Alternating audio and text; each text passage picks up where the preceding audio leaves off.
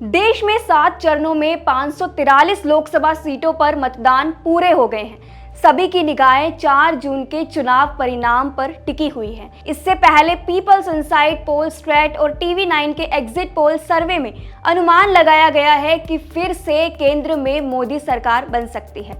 सर्वे में एनडीए को 346 सीटें, इंडिया गठबंधन को 162 सीटें और अन्य को 35 सीटें मिलने की उम्मीद है। लेकिन एग्जिट पोल के सर्वे के अनुसार उत्तर प्रदेश, बिहार, महाराष्ट्र, पंजाब, राजस्थान और पश्चिम बंगाल की लोकसभा की 35 ऐसी सीटें हैं जिनमें गेम बदल सकता है और इन सीटों पर एग्जिट पोल में कांटे की टक्कर का अनुमान लगाया गया है। यानी कि अगर इन 35 सीटों पर थोड़ा सा भी ऊपर नीचे का फर्क होता है तो बीजेपी या कांग्रेस दोनों में से किसी की हार हो सकती है। ये कैसे पॉसिबल है, आइए समझाते हैं आपको इन 35 सीटों के समीकरण से। यूपी की 6 सीटों पर कांटे की टक्कर। पहली सीट अमेठी। एग्जिट पोल में उत्तर प्रदेश में एनडीए की बढ़त का अनुमान लगाया गया है, लेकिन यूपी की 6 सीटों पर कांटे की टक्कर हो सकती है। एग्जिट पोल के अनुसार देश की हाई प्रोफाइल सीट अमेठी में कांटे की टक्कर के आसार है। अमेठी लोकसभा सीट के साथ गांधी परिवार का नाम जुड़ा हुआ है। इस सीट से बीजेपी ने फिर से केंद्रीय मंत्री स्मृति ईरानी और कांग्रेस ने गांधी परिवार के विश्वास पात्र किशोरीलाल शर्मा को मैदान में उतारा है। एग्जिट पोल का अनुमान है कि बीजेपी की उम्मीदवार को 47.2% और कांग्रेस के उम्मीदवार को 45.50% मत मिल सकते हैं।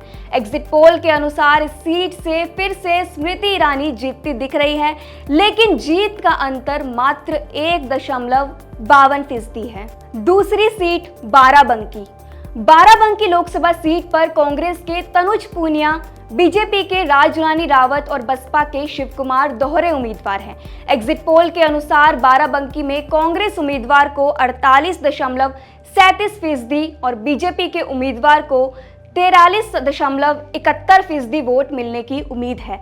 जीत का अंतर मात्र 4.67% का है। इस सीट से फिलहाल बीजेपी के उपेंद्र सिंह रावत सांसद हैं। उन्होंने सपा के उम्मीदवार राम सागर रावत को पराजित किया था। तीसरा लालगंज सीट। लालगंज लोकसभा सीट से बीजेपी ने नीलम सोनकर और सपा ने दरोगा सरोज को मैदान में उतारा है। एग्जिट पोल के अनुसार बीजेपी की उम्मीदवार को 41.26% और सपा के उम्मीदवार को 41.5% मिलने की उम्मीद है।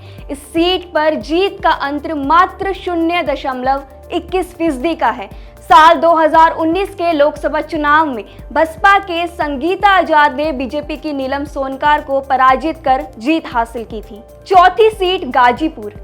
गाजीपुर लोकसभा सीट से सपा के अफजल अंसारी, बीजेपी के पारसनाथ राय और बसपा के उमेश सिंह चुनावी मैदान में हैं। एग्जिट पोल के सर्वे के अनुसार इस सीट पर सपा उम्मीदवार 43.42% और भाजपा उम्मीदवार को 41.28% वोट मिलने की उम्मीद है। जीत का अंतर मात्र 2.14% रहने के अनुमान है। साल 2019 में अफजल अंसारी इस सीट से बसपा के उम्मीदवार के रूप में बीजेपी के मनोज सिन्हा को पराजित कर चुके हैं। ये चुनाव वो सपा की टिकट पर लड़ रहे हैं। पांचवी सीट फतेहपुर। फतेहपुर लोकसभा सीट से बीजेपी को निरंजन ज्योति, सपा के नरेश उत्तम पटेल और बसपा के मनीष सचान चुनाव मैदान में हैं। एग्जिट पोल के सर्वे के अनुसार बीजेपी की उम्मीदवार को 44.22% और सपा के उम्मीदवार को 43.50% मत मिलने की उम्मीद है। इस सीट पर हार जीत के बीच का अंतर मात्र 0.70% वोट का रहने का अनुमान है। साल 2019 के लोकसभा चुनाव में बीजेपी के निरंजन ज्योति ने बसपा के सुखदेव प्रसाद वर्मा को हराकर जीत हासिल की थी। छठी सीट अंबेडकर नगर। अंबेडकर नगर लोकसभा सीट पर बीजेपी के रितेश पांडे, सपा के लालजी वर्मा और बसपा के कमर हयात चुनावी मैदान में हैं। एग्जिट पोल के सर्वे के अनुसार इस सीट से बीजेपी के उम्मीदवार को जीत मिल सकती है।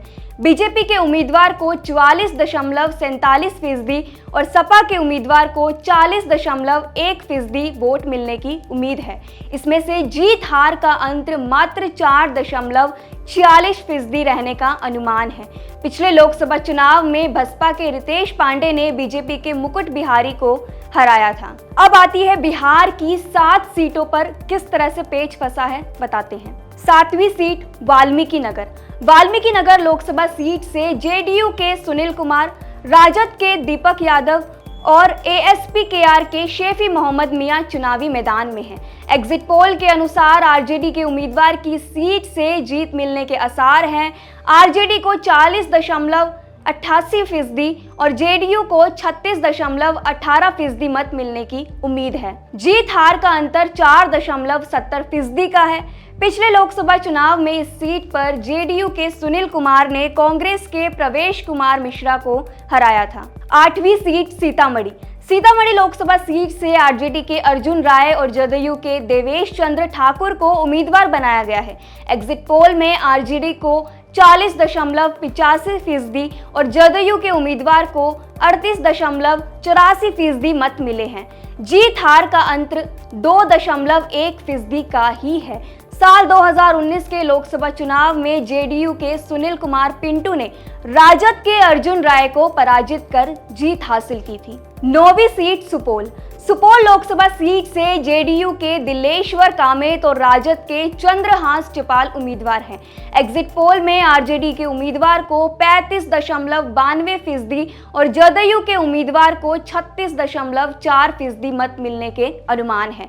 जीत हार का अंतर 0.57 का है। साल 2019 के लोकसभा चुनाव में जेडीयू के दिलेश्वर कामेत ने कांग्रेस के रंजीत रंजन को पराजित कर जीत हासिल की थी। 10वीं सीट किशनगंज लोकसभा सीट से कांग्रेस के मोहम्मद जावेद, जेडीयू के मुजाहिद आलम और एआईएमआईएम के अखरुल इमान उम्मीदवार हैं। एग्जिट पोल के एआईएमआईएम को 31.4% और कांग्रेस के उम्मीदवार को 33.8 मत मिलने के अनुमान है।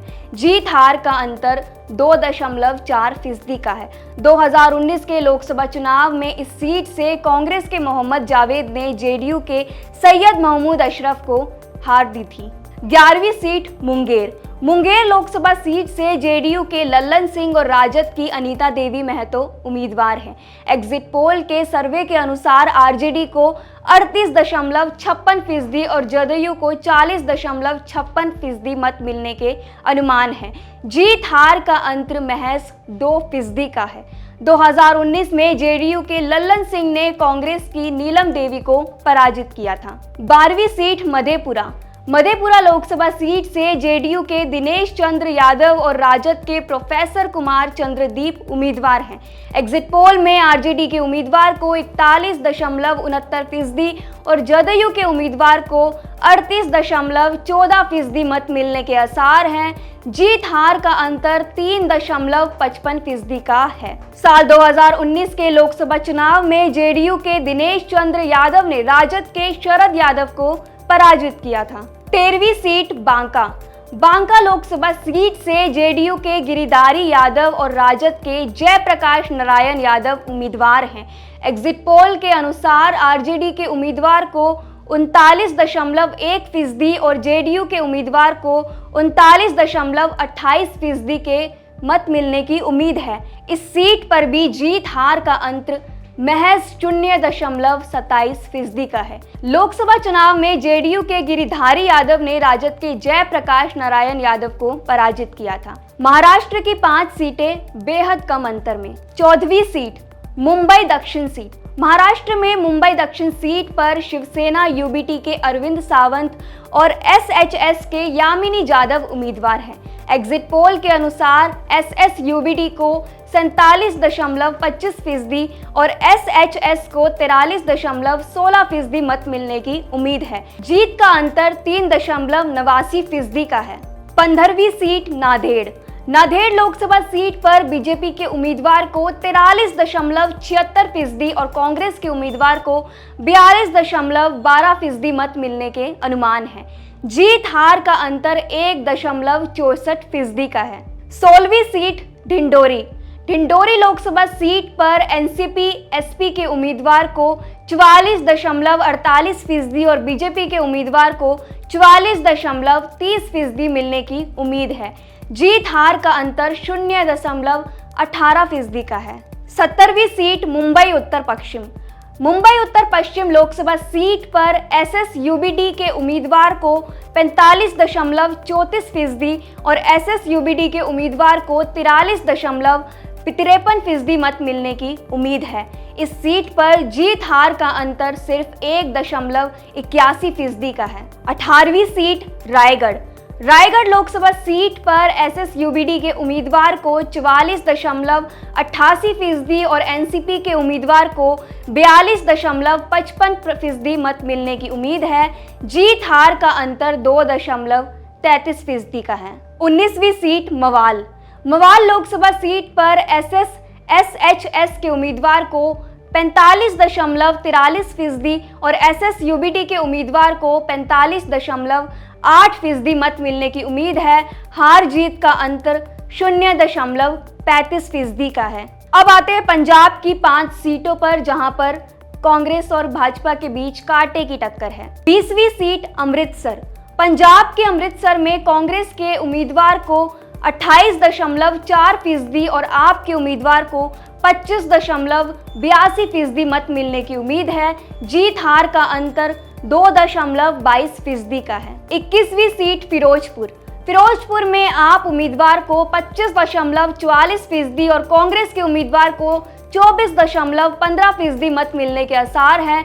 हार जीत का अंतर महज 1.29% का है। 22वीं सीट पटियाला में बीजेपी के उम्मीदवार को 29.18% और कांग्रेस के उम्मीदवार को 24.46% मत मिलने के आसार हैं।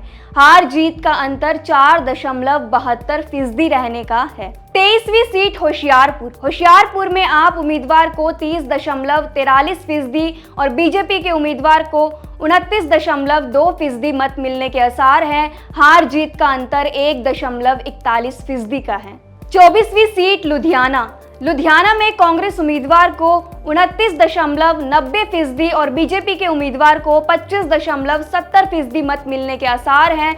हार जीत का अंतर 4.20% का है। राजस्थान की अब इन 6 सीटों पर भी घमासान मचा हुआ है। 25वीं सीट जयपुर ग्रामीण सीट पर कांग्रेस के उम्मीदवार को 48.7% और बीजेपी के उम्मीदवार को 46.67% मत मिलने की उम्मीद है। हार जीत का अंतर महज 1.40% का है। 26वीं सीट भरतपुर में कांग्रेस उम्मीदवार को 49.34% और बीजेपी के उम्मीदवार को 44.51% मत मिलने की उम्मीद है। हार जीत का अंतर 4.83% का है। 27वीं सीट करौली धौलपुर में कांग्रेस उम्मीदवार को 46.40% और बीजेपी उम्मीदवार को 45.12% मत मिलने की उम्मीद है। हार जीत का अंतर 1.28% का है। 28वीं सीट झुंझुनू लोकसभा सीट पर बीजेपी उम्मीदवार को 48.8% और कांग्रेस उम्मीदवार को 44.76% मत मिलने की उम्मीद है। हार जीत का अंतर 3.32% का है। 29वीं सीट अलवर लोकसभा सीट पर बीजेपी उम्मीदवार को 47.32% और कांग्रेस के उम्मीदवार को 46.28% मत मिलने की उम्मीद है। हार जीत का अंतर महज 1.4% का है। 30वीं सीट गंगानगर में बीजेपी के उम्मीदवार को 47.16% और कांग्रेस के उम्मीदवार को 45.37% मत मिलने की उम्मीद है। हार जीत का अंतर 1.79% का है। 31वीं सीट अलीपुरद्वार में टीएमसी के उम्मीदवार को 45.6% और बीजेपी के उम्मीदवार को 41.96% मत मिलने की उम्मीद है। हार जीत का अंतर 3.10% का है। 32वीं सीट बालूरघाट में बीजेपी के उम्मीदवार को 38.96% और टीएमसी के उम्मीदवार को 38.90% मत मिलने की उम्मीद है। हार जीत का अंतर महज 0.6% का है। 33वीं सीट मालदा उत्तर में बीजेपी के उम्मीदवार को 31.49% और टीएमसी के उम्मीदवार को 31.30% मत मिलने की उम्मीद है। हार जीत का अंतर 19% का है। 34वीं सीट बैरकपुर में बीजेपी के उम्मीदवार को 42.22% और टीएमसी के उम्मीदवार को 41.27% वोट मिलने की उम्मीद है। हार जीत का अंतर 0.95% का है। ये है आखिरी और 35वीं सीट बारासात में बीजेपी के उम्मीदवार को 40.62% और टीएमसी के उम्मीदवार को 39.52% मत मिलने की उम्मीद है। हार जीत का अंतर 1.10% का है। तो ये था 35 सीटों का आंकड़ा।